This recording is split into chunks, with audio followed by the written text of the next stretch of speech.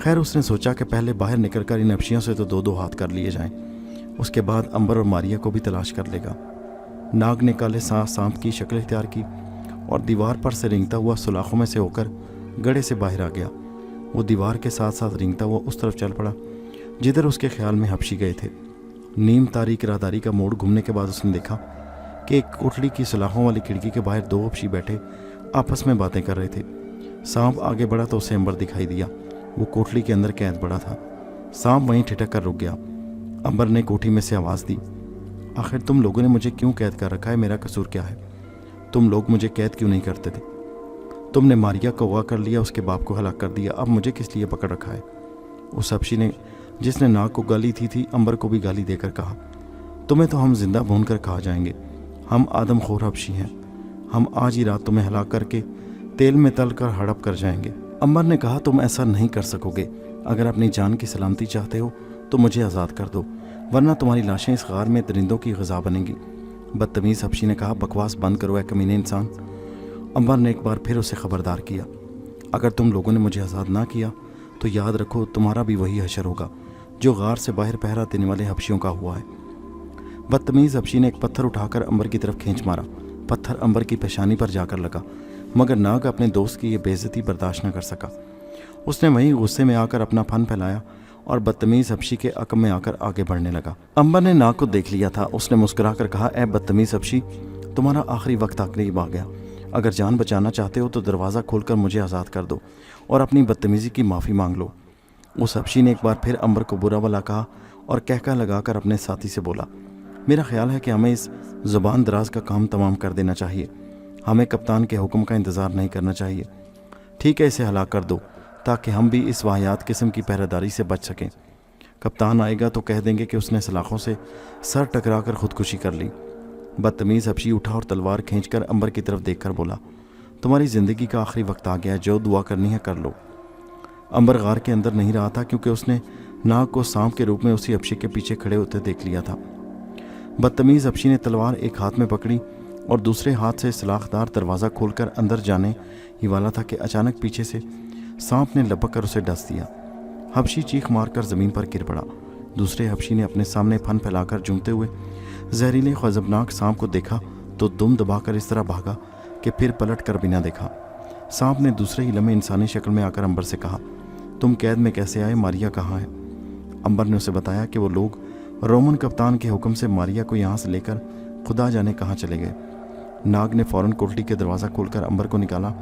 بدتمیز ہبشی زمین پر مرا پڑا تھا۔ امبر اور ناگ باہر نکلنے لگے تو انہیں کھنڈر میں ایک خوفناک چیخ سنائی دی۔ ناگ نے پریشان ہو کر امبر کی طرف دیکھا۔ امبر نے اسے مطمئن رہنے کا اشارہ کیا اور کان لگا کر سننے لگا کہ چیخ کی آواز کدھر سے آئی۔ دوسری مرتبہ یہ خوفناک آواز ان کو بالکل قریب سنائی دی۔ ناگ امبر کے ساتھ لگ کر کھڑا ہو گیا۔ اچانک ان کے سامنے ایک بدرو سیاہ چڑیل کی شکل میں سامنے آ کھڑی ہوئی۔ بدرو نے ایک ہیبت ناک کہکا لگا کر امبر اور ناگ سے کہا، میں تم دونوں کا خون پی جاؤں گی، مرنے کے لیے تیار ہو جاؤ۔ ناگ تو بیچارہ ڈر گیا، اس نے زندگی میں آج تک چڑیل نہیں دیکھی تھی۔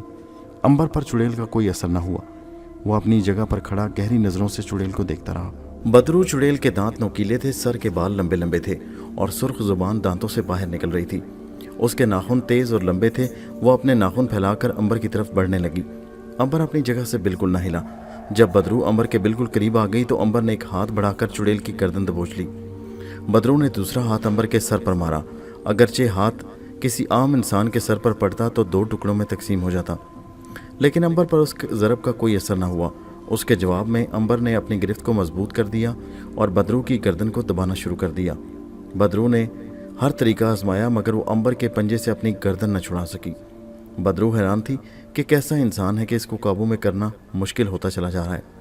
آخر امبر نے اس بدرو کو ایک زبردست جھٹکا دے کر زمین پر گرا دیا اور اس کی گردن پر پاؤں رکھ کر بولا، سچ بتا تجھے کس نے بھیجا ہے، نہیں تو میں ابھی تمہاری گردن دھڑ سے الگ کر دوں گا، بول۔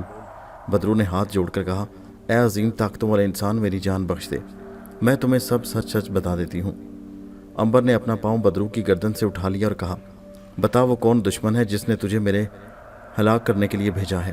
بدرو نے کہا، اے طاقتور دیوتاؤں کے بیٹے، مجھے رومی کپتان کے خاص درباری جادوگر سامری نے یہاں بھیجا ہے کہ میں تمہیں قتل کر دوں اور تمہارا خون پی جاؤں۔ لیکن یہاں آ کر مجھے معلوم ہوا کہ میں ایک ایسے آدمی کو ہلاک کرنے آئی ہوں جو طاقت اور جادو میں مجھ سے بڑھ کر ہے۔ اے عظیم دیوتا کے عظیم بیٹے، مجھے معاف کر دے، مجھ سے زندگی کی سب سے بڑی غلطی ہو گئی، میں وعدہ کرتی ہوں اب آئندہ ایسی غلطی کبھی نہیں دہراؤں گی۔ امبر نے کہا، سن اے بدرو، اگر تو چاہتی ہے کہ میں تیری جان بخشی کر دوں تو یہاں سے سیدھی کپتان کے شاہی جادوگر سامری کے پاس جا اور اسے بتا دے کہ جس شخص کو مارنے کے لیے وہ خواب دیکھ رہا ہے وہ ایک طاقتور اور خفیہ طاقت رکھنے والا انسان ہے اور اسے وہ کبھی شکست نہ دے سکیں گے۔ بدرو نے ہاتھ باندھ کر کہا، میں ابھی جا کر انہیں پیغام پہنچاتی ہوں۔ چڑیل جانے لگی تو امبر نے کہا، اور سن، سامری سے جا کر یہ بھی کہنا کہ اس نے اور رومن کپتان نے بے گناہ ماریا کو آزاد نہ کیا تو وہ میرے انتقام کی آگ سے نہ بچ سکیں گے۔ جو حکم اے عظیم دیوتا۔ یہ کہہ کر بدرو نے ایک بھیانک چیخ ماری اور وہاں سے غائب ہو گئی۔ جب وہ چلی گئی تو ناگ نے کہا، ہم سے غلطی ہو گئی، ہم کم از کم اس سے یہی پوچھ لیتے کہ انہوں نے ماریا کو کہاں رکھا ہوا ہے۔ امبر نے کہا، پوچھ لیتے تو اچھا تھا، مگر خیر کوئی بات نہیں، ماریا کا سراغ خود لگا لیں گے، اب یہاں سے نکل جانا چاہیے۔ دونوں دوست کھنڈر سے نکل کر واپس ماریا کے ویران گھر میں آ گئے۔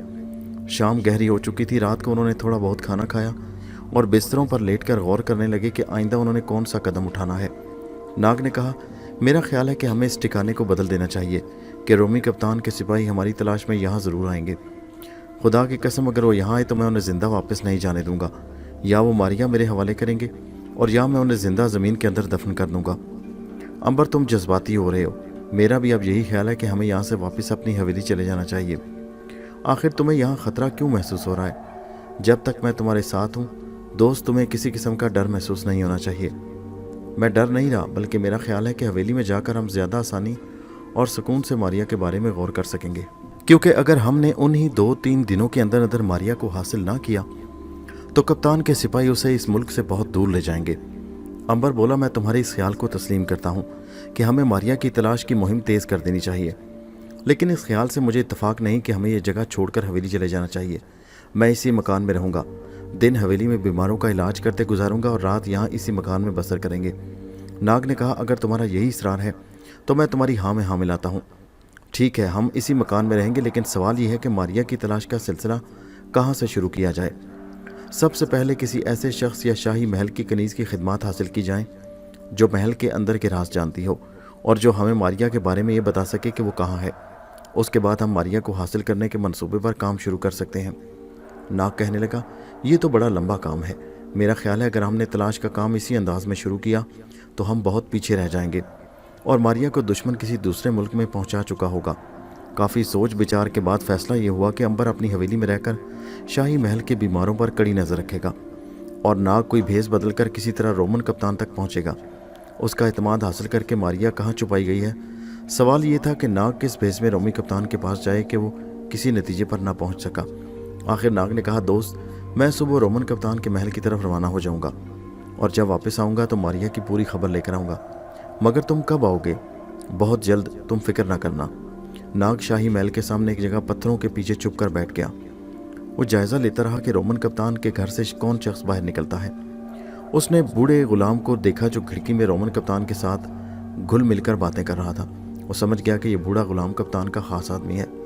ناگ نے فیصلہ کیا کہ وہ اس بوڑھے غلام کے روپ میں کپتان کے پاس جائے گا اور اس کے لیے ضروری تھا کہ بوڑھے غلام کو پکڑ کر کسی جگہ چند دنوں کے لیے بند کر دیا جائے۔ ناگ موقع کی طاق میں رہا۔ شام کے وقت بوڑھا غلام باہر نکل کر خچر پر سوار ہوا اور ایک طرف چل پڑا۔ ناگ نے اس کا پیچھا کرنا شروع کر دیا۔ اس نے راستے سے پہاڑی سے اتر کر بوڑھے غلام کو جا لیا۔ وہ اس کے راستے میں کھڑا ہو گیا۔ بوڑھے نے قریب پہنچ کر پوچھا کہ وہ کون ہے اور یوں راستے میں کیوں کھڑا ہے۔ ناگ نے غمزدہ صورت بنا کر کہا کہ اس کی بوڑھی ماں مر گئی اور کوئی آدمی ایسا نہیں مل رہا جو اس کے ساتھ مل کر ماں کے لیے قبر کھود سکے۔ بوڑھے غلام نے کہا، بیٹا میں تمہاری مدد کرنے کو تیار ہوں، میں تمہارے ساتھ چلتا ہوں۔ ناگ بوڑھے غلام کو لے کر ماریا والے پرانے مکان میں آیا۔ اس نے بوڑھے کو باہر کھڑا کیا اور کہا، میں ابھی آ رہا ہوں۔ اندر چلا گیا۔ اندر جا کر اس نے سانپ کا روپ بدلا اور پچھلی دیوار پر سے ہو کر بوڑھے کے عقب میں آ گیا۔ بوڑھا خچر پر بڑے آرام سے بیٹھا تھا۔ سانپ نے بوڑھے کے پیچھے آ کر پھن پھیلا دیا۔ بوڑھے کو اس کی کچھ خبر نہ تھی۔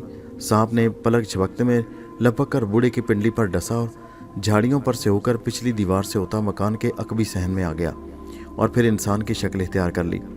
اس عرصے میں بوڑھا سانپ کے زہر سے بے ہوش ہو چکا تھا۔ ناگ نے صرف اتنا زہر بوڑھے کے جسم میں داخل کیا جس سے وہ کچھ عرصے کے لیے بے ہوش ہو جائے۔ ناگ نے بوڑھے کو خچر پر سے اٹھایا اور مکان کے اندر ایک کوٹلی میں لے جا کر بند کر دیا۔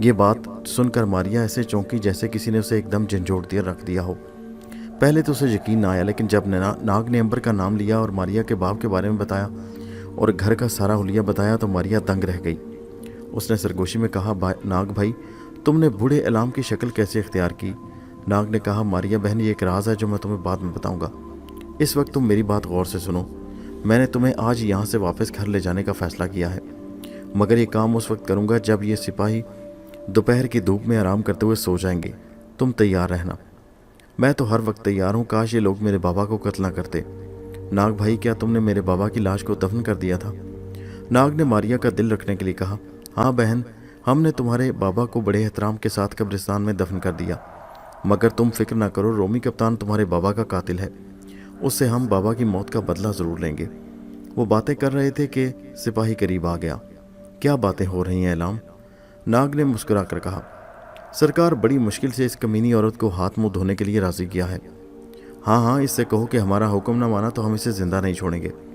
جاؤ دریا پر جا کر اس کا منہ دھلاؤ، ہم کھانا کھا کر کچھ دیر آرام کریں گے اور شام کو سفر پر روانہ ہوں گے۔ سپاہیوں نے دریا کنارے بیٹھ کر کھانا کھایا اور پھر سائے میں لیٹ کر آرام کرنے لگے۔ ناگ نے ماریا کو منہ ہاتھ دھلایا اور سرگوشی میں کہا، ٹھیک جس وقت یہ لوگ سو جائیں گے ہم یہاں سے فرار ہو جائیں گے۔ تھوڑی دیر بعد سپاہی ٹھنڈے سائے میں گہری نیند سو گئے۔ یہی وہ موقع تھا جس کا ناگ انتظار کر رہا تھا۔ اس نے ماریا سے کہا، تم گھوڑے کی اوٹ میں ہو کر چھپ جاؤ، میں ابھی ان سپاہیوں کو بے ہوش کر کے آتا ہوں، پھر ہم یہاں سے نکل جائیں گے۔ بے ہوش میں انہیں اس لیے کرنا چاہتا ہوں تاکہ یہ ہمارا پیچھا نہ کریں۔ ماریا نے پوچھا، کیا تم انہیں دوائی سے بے ہوش کرو گے؟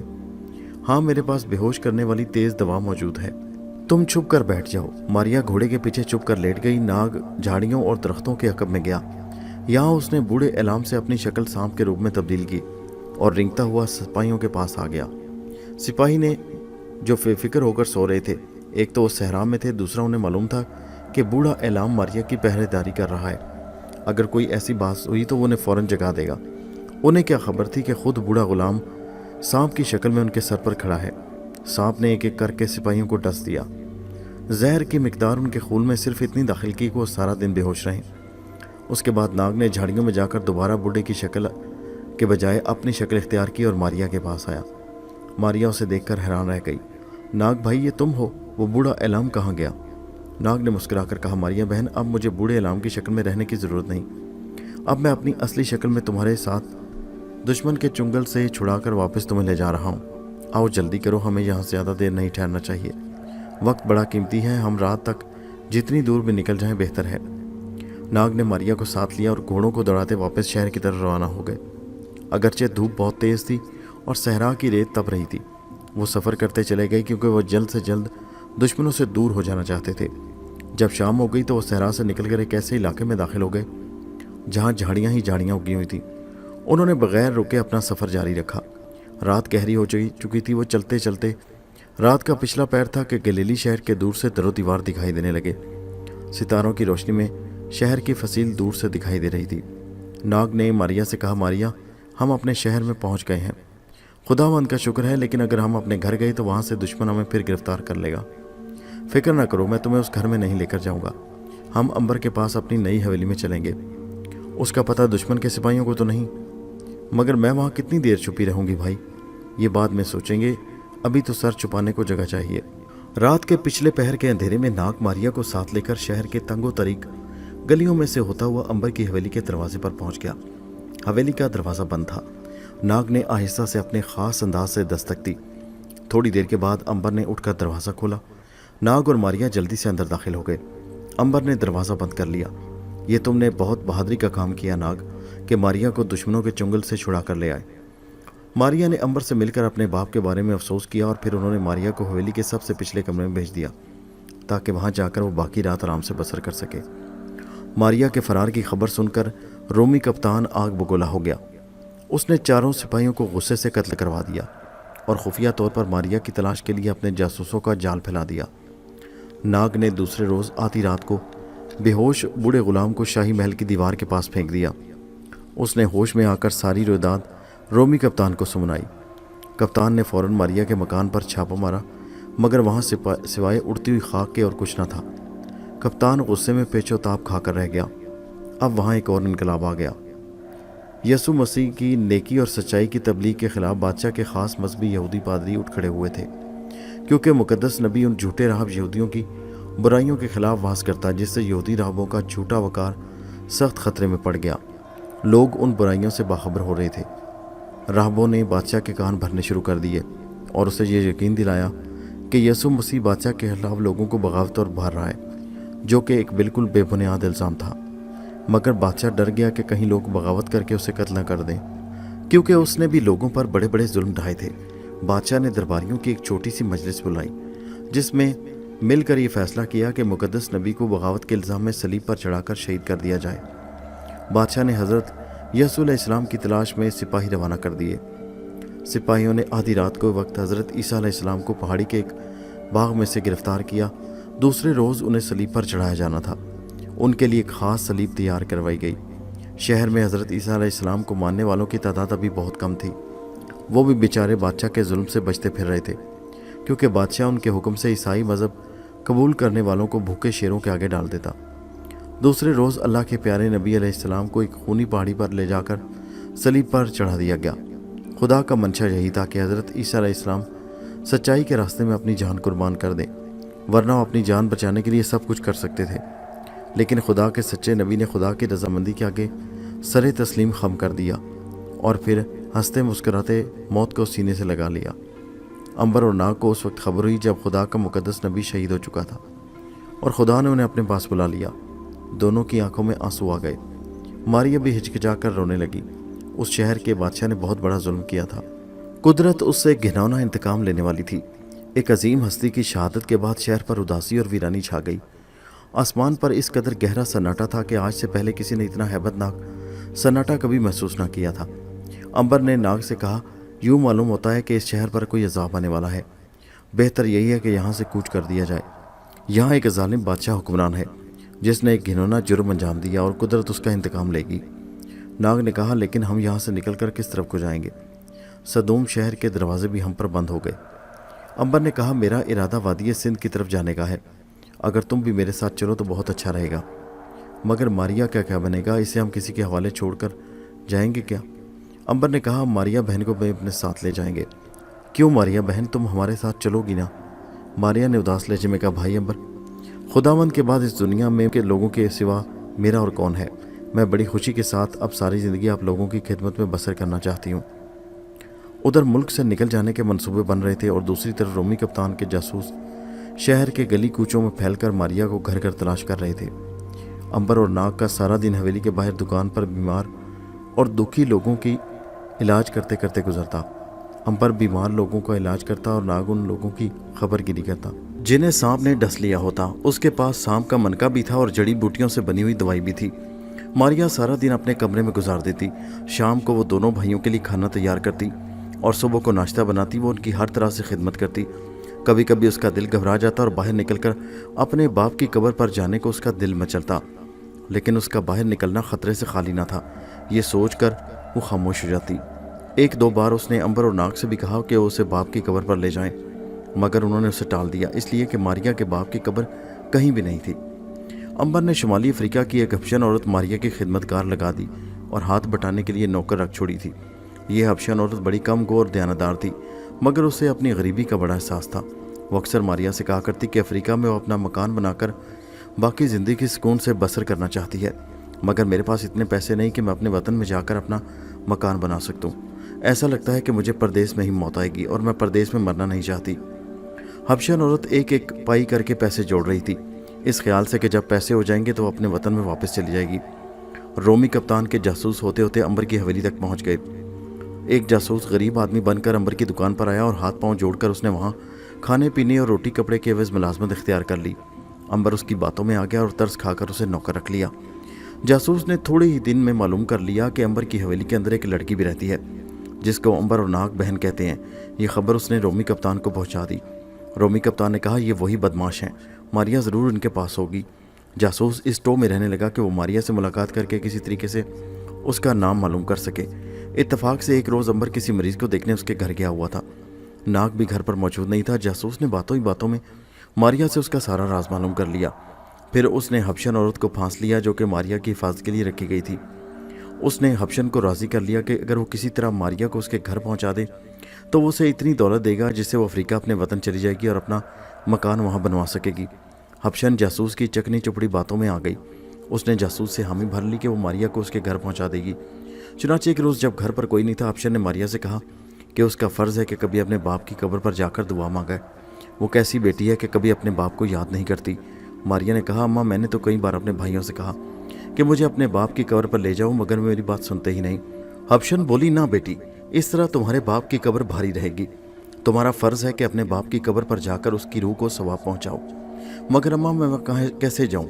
حبشن نے جھٹ کہا، تم میرے ساتھ چلی چلو، ابھی چلو، گھر میں کوئی نہیں ہے، تمہارے بھائی باہر گئے ہوئے ہیں، ہم جلدی سے قبر پر سے ہو کر واپس آ جائیں گے۔ ماریا نے کہا، اگر بھائیوں کو پتہ چل گیا تو بڑے ناراض ہوں گے۔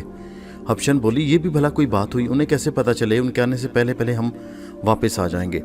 میں تو کہتی ہوں ابھی اٹھ کر میرے ساتھ چلو، پھر ایسا موقع ہاتھ نہیں آئے گا۔ آخر حبشن نے ادھر ادھر کی باتیں کر کے ماریا کو اپنے ساتھ چلنے پر راضی کر لیا۔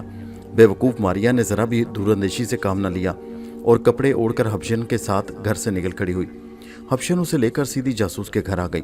یہاں کپتان کے سپاہی پہلے سے موجود تھے۔ انہوں نے فوراً ماریا کو قابو میں کر کے کوٹڑی میں بند کر دیا۔ جاسوسوں نے حبشن کو بہت سے روپے دے کر سپاہی کے ساتھ بندرگاہ کی طرف روانہ کر دیا، جہاں سے وہ جہاز میں بیٹھ کر اپنے وطن روانہ ہو سکتی تھی۔ ماریا اب رونے پیٹنے لگی۔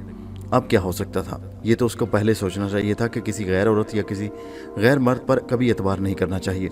اب پچھتاوے کیا ہو جب چڑیاں چگ گئیں کھیت۔ امبر اور ناگ واپس حویلی آئے تو انہوں نے اور نوکر کو آواز دی، مگر وہاں نہ تو بوڑھا نوکر تھا اور نہ نوکرانی حبشن اور نہ ہی ماریا۔ دونوں سر پیٹ کر رہ گئے۔ ماریا کو ایک بار پھر دشمن نے اغوا کر لیا۔ انہوں نے دکان بند کی اور شہر کی گلیوں میں گھوم پھر کر ماریا کی تلاش شروع کر دی، مگر ایسے میں ماریا بھلا ڈھونڈی جا سکتی تھی؟ وہ تو اس وقت شہر کے باہر ایک ویران حویلی میں قید رو رہی تھی اور کوٹلی کے باہر 2 سپاہی پہرا دے رہے تھے۔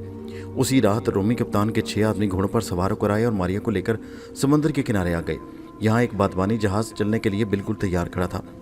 جب سپاہی ماریا کو لے کر جہاز کے پاس آئے تو اوپر سے ایک بھاری بھرکم موٹے پیٹ والا یہودی نیچے اترا۔ سپاہی نے اسے اشرفیوں کی تھیلی تھامی اور ماریا کا ہاتھ اس کے ہاتھ میں دے دیا۔ اس یہودی بردہ فروش نے ماریا کو سونے کے اشرفیوں کے عوض خرید لیا تھا۔ یہودی بڈھا ماریا کو گھسیٹتا ہوا جہاز پر لے گیا۔ تھوڑی دیر بعد جہاز کے بادبان کھول دیے گئے، لنگر اٹھا دیا گیا اور جہاز نے کھلے سمندر کی طرف آہستہ آہستہ سفر شروع کر دیا۔ ماریا کو بڈھے یہودی نے لکڑی کے کیبن میں بند کر کے تالا لگا دیا اور باہر قالین پر بیٹھ گیا اور اس کے غلام اس کی خدمت کرنے لگے۔ یہ جہاز جس پر بوڑھا یہودی سوار تھا خلیج فارس کی ایک بندرگاہ سے ہو کر ملک سندھ کی طرف جا رہا تھا۔ بوڑھا یہودی گرم شالوں قالینوں کی تجارت کرتا اور وہ سندھ میں ایک بہت امیر کبیر سوداگر سے ملنے جا رہا تھا۔ 2 دن 2 راتیں بادبانی جہاز سمندر میں سفر کرتا۔ اسی عرصے میں ماریا کو اچھی سے اچھی خوراک کھانے کو دی گئی۔ ماریا نے زہر مار کر کے کھایا اور امبر اور ناگ کو یاد کر کے خون کے آنسو بہاتی رہی۔ بوڑھا یہودی اسے کیبن سے ایک پل کے لیے بھی باہر نہیں نکلنے دیتا تھا۔ 6 روز بادبانی جہاز سندھ کے شہر کے ساتھ جا لگا۔ ان دنوں سارے ہندوستان کو سندھ ہی کہا جاتا تھا۔ کوئی 1500 سال بعد ایران والوں نے سندھ کی سین کو بدل کر ہے لگا دی اور سندھ کو ہند بن گیا۔ بوڑھا یہودی ماریا کو لے کر ایک سرائے میں آ گیا۔ اس نے اپنی کنیز سے کہا، اس لڑکی کو نہلا دھلا کر نئی قیمتی پوشاک پہناؤ۔ شام تک کنیز نے ماریا کو نئے کپڑے پہنا دیے۔ بوڑھا یہودی اسے ساتھ لے کر رتھ پر سوار ہوا اور سندھ میں امیر کبیر دوست کی حویلی میں پہنچ گیا۔ یہ سیٹھ بہت بڑا سوداگر تھا اور بوڑھے یہودی کو وہاں سے بہت بڑا منافع ملنے کی امید تھی۔ سیٹھ کی حویلی میں بہت سے غلام اور کنیزیں کام کرتی تھیں۔ حویلی ایک چھوٹا محل بنی ہوئی تھی۔ بوڑھے یہودی نے سیٹھ کی خدمت میں حاضر ہو کر جھک کر سلام کیا اور کہا، امید ہے کہ سرکار کے مزاج اچھے ہوں گے۔ سیٹھ نے مسکرا کر کہا، حابیل، تمہیں دیکھ کر ہمیں خوشی ہوئی، یہ بتاؤ کہ کب ہمارے شہر آنا ہوا؟ یہودی نے بتایا کہ میں آج ہی آیا ہوں۔ سیٹھ نے پوچھا، راستے میں کوئی طوفان تو نہیں آیا؟ سفر اچھا گزر گیا؟ آپ کی دعاؤں سے سفر بخوبی گزر گیا حضور۔ اس کے بعد بوڑھے یہودی نے اشارہ کیا۔ کنیزیں ماریا کو لے کر سیٹھ کے سامنے حاضر ہوئیں۔ سیٹھ نے ماریا کو دیکھ کر کہا، یہ لڑکی کون ہے حابیل؟ حضور، یہ آپ کی خدمت کے لیے لایا ہوں۔ آپ کی کنیز بن کر یہ آپ کے محل میں رہے گی اور آپ کی خدمت کرے گی۔ سیٹھ نے ماریا کو غور سے دیکھا اور کہا، لڑکی بہت خوبصورت ہے، ہم اس کو کنیز نہیں بلکہ اپنی ملکہ بنائیں گے، اس سے شادی کریں گے۔ بوڑھا یہودی اگلے دن واپس چلا گیا۔ سیٹھ نے اسے بہت سارا انعام دیا۔ اسی روز سیٹھ نے ماریا کے ساتھ اپنی شادی کا اعلان کر دیا اور محل میں شادی کی تیاریاں شروع ہو گئی۔ اس خاندان کی رسم تھی کہ تیاریاں 1 مہینے تک جاری رہتی، 1 مہینے کے بعد شادی ہو جاتی تھی۔ ماریا سوچ میں پڑ گئی کہ وہ ایک مصیبت کے بعد دوسری مصیبت میں گرفتار ہو گئی ہے۔ وہ اسے بوڑھے اور کالے کلوٹے سیٹھ سے ہرگز شادی نہیں کرنا چاہتی تھی۔ شادی کے بعد وہ ملکہ بن کر ساری زندگی وہاں قید ہو کر رہ جاتی۔ وہ محل کے باہر قدم نہیں رکھ سکتی تھی، پھر کوئی دوسرا اس کی شکل بھی نہیں دیکھ سکتا تھا۔ ماریا کو اپنے بھائیوں کی یاد ستانے لگی۔ اس نے خدا سے دعا کی کہ وہ جلد اسے بھائیوں سے ملا دے۔ شادی کی تیاریاں بڑے زور و شور سے ہو رہی تھیں۔ 10 روز گزر چکے تھے، شادی میں 20 دن رہ گئے۔ ماریا نے سوچا کہ وہ کسی کو اپنا ہم راز بنائے، کسی کے سامنے اپنے دکھ بیان کرے۔ اسے وہاں کوئی بھی اپنا نظر نہیں آتا تھا، وہاں سبھی اسے اپنے دشمن معلوم ہوتے۔ ایک کنیز ماریا کے ساتھ بڑی ہمدردی کے پیش آتی، وہ بڑی دردمند اور ہمدرد دل رکھنے والی کنیز تھی۔ ماریا نے سوچا کہ اس کنیز کے ساتھ بات کرنی چاہیے۔ ایک دن ماریا نے باتوں ہی باتوں میں اپنی بدنصیب زندگی کا ذکر چھیڑ دیا۔ ماریا کی داستانِ غم سن کر اس کنیز کی آنکھوں میں آنسو آ گئے۔ بیچاری کنیز کی اپنی زندگی بھی دکھوں سے بھری ہوئی تھی۔ اسے بھی ایک عرصہ ہو گیا تھا ماریا کی طرح اغوا کر کے سیٹھ کے محل میں داخل کر دیا گیا۔ اس نے ماریا سے کہا، پیاری بہن، میں تو اب بوڑھی ہونے لگی، میری زندگی جیسی بھی تھی یہاں گزر گئی، جو تھوڑی بہت رہ گئی ہے وہ بھی گزر جائے گی، مگر میں تمہاری زندگی برباد ہوتے نہیں دیکھ سکتی۔ ماریا نے کہا، تو پھر بہن خدا کے لیے میری مدد کرو، میں تمہارا احسان کبھی نہ بھولوں گی۔ کنیز نے کہا، یہی میں سوچ رہی ہوں کہ تمہاری مدد کس طرح کی جائے۔ ماریا کہنے لگی، شادی میں تھوڑے دن باقی رہ گئے ہیں، میں یہ شادی نہیں کرنا چاہتی، مجھے کسی طرح اس ظالم سیٹھ کے پنجے سے چھڑا لو۔ کنیز نے گہری سوچ میں گم ہو کر کہا۔ پھر اس نے سر اٹھا کر ماریا سے کہا، پیاری بہن، میں اس وقت یہ کر سکتی ہوں کہ تمہیں یہاں سے نکال کر دریائے سندھ کے کنارے ایک گاؤں میں اپنی ایک سہیلی کے پاس پہنچا دوں، اس کے بعد سوچا جائے گا کہ آگے کون سا قدم اٹھائیں۔ مجھے منظور ہے بہن، بہت اچھا، یہ بات کسی پر ظاہر نہ کرنا۔ ماریا نے کہا، کبھی نہیں۔ کنیز اٹھ کر دوسرے کمرے میں چلی گئی اور ماریا ایک بار پھر آزادی کے خواب دیکھنے لگی۔ اسے کنیز کی باتوں سے خلوص کی مہک آ رہی تھی۔ آخر شہر پر عذاب الہی کے بادل چھانے لگے۔ جس شہر نے خدا کے بزرگ کو شہید کر دیا تھا، وہ قدرت کے انتقام سے کیسے بچ سکتا تھا؟ امبر اور ناگ نے اس شہر کو چھوڑنے کا فیصلہ کر لیا۔ انہوں نے شہر کا چپا چپا چھان مارا، مگر انہیں ماریا کا کہیں نام و نشان نہ ملا۔ امبر نے کہا، میں ایک آخری ملاقات رومی کپتان سے کرنا چاہتا ہوں، اگر اس نے بھی ماریا کا پتہ نہ بتایا تو پھر ہمیشہ کے لیے اس شہر کو چھوڑ کر ملک سندھ کی طرف کوچ کر جائیں گے۔ امبر ناگ کو لے کر رومی کپتان کے اس قلعے میں آ گیا۔ وہ سخت اپنے سپاہیوں کے پاس بیٹھا کسی بات پر غور کر رہا تھا۔ اس نے امبر اور ناگ کو آتے دیکھا تو نفرت سے بولا، کمینے آدمیوں، تم میرے قلعے میں کیا لینے آئے ہو؟ امبر اور ناگ اس طرز گفتگو سے پریشان ہو گئے۔ ناگ کو سخت غصہ آیا، مگر امبر نے اس کا ہاتھ دبا کر اسے پرسکون رہنے کا اشارہ کیا اور رومی کپتان سے بولا، ہم آخری بار آپ سے اپنی گمشدہ بہن کے بارے میں پوچھنے آئے ہیں۔ آپ نے جو بدلہ لینا تھا وہ لے چکے، اب ہمیں برائے مہربانی اتنا بتا دیں کہ ماریا کس ملک کی طرف گئی ہے، وہاں جا کر ہم خود دربدر کی ٹھوکریں کھائیں گے اور اپنی بہن کو ڈھونڈ لیں گے۔ رومی کپتان آگ بگولا ہو گیا، ذلیل لوگوں، تم مجھ پر ایک عورت کے اغوا کا الزام لگاتے ہو؟ اچھا، اگر یہ بات ہے تو میں نے اسے اغوا کیا اور قتل کر دیا، تم کو جو کرنا ہے کر لو، تم ساری زندگی بھی خاک چھانتے رہو تو ماریا کی ایک ہڈی تک نہ تلاش کر سکو گے۔ امبر اور ناگ سمجھ گئے کہ اس نے ہماری بہن کو ہلاک کر دیا ہے۔ وہ خاموشی سے آ گئے اور سارا دن سوچتے رہے کہ رومی کپتان سے کیسے اپنی بہن کی موت کا بدلہ لیں۔ امبر دوسرے روز وہاں سے نکل جانا چاہتا تھا۔ ناگ نے کہا، جب تک میں اس ظالم کپتان سے اپنی بہن کا بدلہ نہ لے لوں میں واپس نہیں جاؤں گا۔ چنانچہ آدھی رات کو امبر اور ناگ اپنی حویلی کو الوداع کہہ کر شہر کے باہر آ گئے۔ ناگ نے امبر سے کہا وہ اسی جگہ ٹھہر کر اس کا انتظار کرے۔ تم کہاں جا رہے ہو؟ کپتان سے اپنی بہن کا بدلہ لینے۔ امبر اسے دیکھتا ہی رہ گیا اور ناگ رات کے اندھیرے میں گھوڑا دوڑاتا ہوا گم ہو گیا۔ وہ سیدھا رومی کپتان کے قلعے کے باہر آ گیا۔ رات اس قدر اندھیری تھی کہ ہاتھ کو ہاتھ سجھائی نہیں دیتا تھا۔ آسمان پر ستارے بہت کم چمک رہے تھے۔ اس بات کو امبر اور ناگ بہت دنوں سے محسوس کر رہے تھے کہ شہر میں اندھیرا بہت ہونے لگا ہے۔ دن کو بھی سورج کے آگے بادلوں کے ٹکڑوں سے غلاف سا بنا رہتا، جس کی وجہ سے دن کو پوری روشنی نہیں ہوتی اور رات کو ستارے بہت کم چمکتے ہیں۔ آج بھی اسی قسم کی رات تھی، ستارے بھی بہت ہی کم نکلے ہوئے تھے۔ قلعے کی فصیل سیاہ سائے کی طرح سامنے کھڑی تھی، مگر اس اندھیرے میں ناگ کو ہر شے صاف صاف دکھائی دے رہی تھی، اس لیے کہ اس کی آنکھ ایک سانپ کی آنکھ تھی اور سانپ اندھیرے میں بھی دیکھ لیتا ہے۔ ناگ نے گھوڑے کو ایک جگہ چھوڑ دیا اور خود قلعے کی فصیل کے ساتھ ساتھ ہو کر دروازے کی طرف بڑھا، کیونکہ کپتان کا گھر بھی اسی طرف تھا۔ دروازے پر دونوں جانب مشعلیں روشن تھیں اور پہرے دار چاقو چوبند کھڑے پہرا دے رہے تھے۔ ناگ دروازے کے قریب جا کر ایک طرف ہٹ کر سائے میں کھڑا ہو گیا۔ جب اسے اطمینان ہو گیا کہ اسے یہاں کوئی نہیں دیکھ رہا تو اس نے پلک جھپکنے میں کالے سانپ کی شکل اختیار کر لی اور دیوار کے اوپر سے ہو کر دروازے کی طرف رینگنے لگا۔ اب وہ دروازے کے نیچے سے ہو کر اندر جانے کے بجائے دروازے کے اوپر سے ہو کر قلعے کے اندر داخل ہو رہا تھا۔ سپاہیوں نے اسے بالکل نہیں دیکھا، پہرے داروں کی بھی اس پر نظر نہیں پڑ سکتی تھی، کیونکہ وہ تو ان کے سروں کے اوپر سے ہو کر جا رہا تھا۔ سانپ قلعے میں داخل ہو کر سیدھا کپتان کے کمرے کی طرف نکل گیا۔ رومی کپتان کی بارادری کے آگے بھی ننگی تلواروں والے سپاہی پہرا دے رہے تھے، مگر ناگ کو ان سے کیا لینا دینا؟ بھلا وہ اپنی دنیا میں ہی مگر رومی کپتان کے کمرے کی طرف بڑھتا جا رہا تھا۔ آخر کار وہ اس کمرے کے قریب پہنچ گیا جس کے اندر کپتان سو رہا تھا۔ اندر ہلکی ہلکی روشنی ہو رہی تھی۔